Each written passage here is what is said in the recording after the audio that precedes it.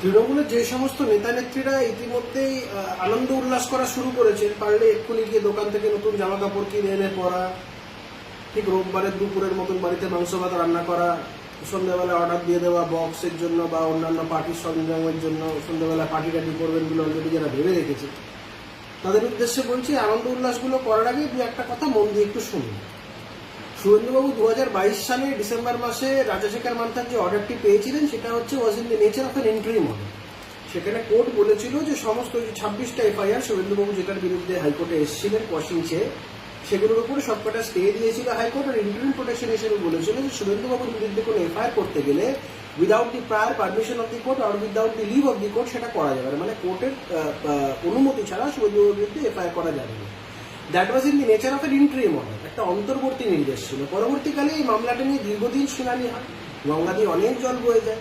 এই মামলাটি আলটিমেটলি একটা ফাইনাল হিয়ারিং এর স্টেজে আসে এবং সেটা হয় এবং আলটিমেটলি জজ সাহেব আজকে তার জাজমেন্ট শোনায়।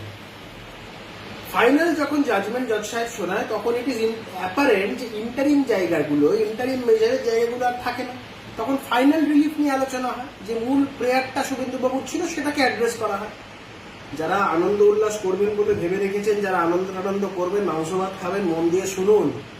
15টা মামলা রাজ্য সরকার যেইগুলো শুভেন্দুবাবুর বিরুদ্ধে করেছিলেন সেগুলোকে সর্বৈব খারিজ করেছে হাইকোর্ট, কোয়াশ করে দিয়েছে। বাদবাকি 4-5খানা এফআইআর সেগুলো ইনভেস্টিগেশনের ক্ষেত্রেও রাজ্য সরকারের উপর আস্থা রাখেনি হাইকোর্ট।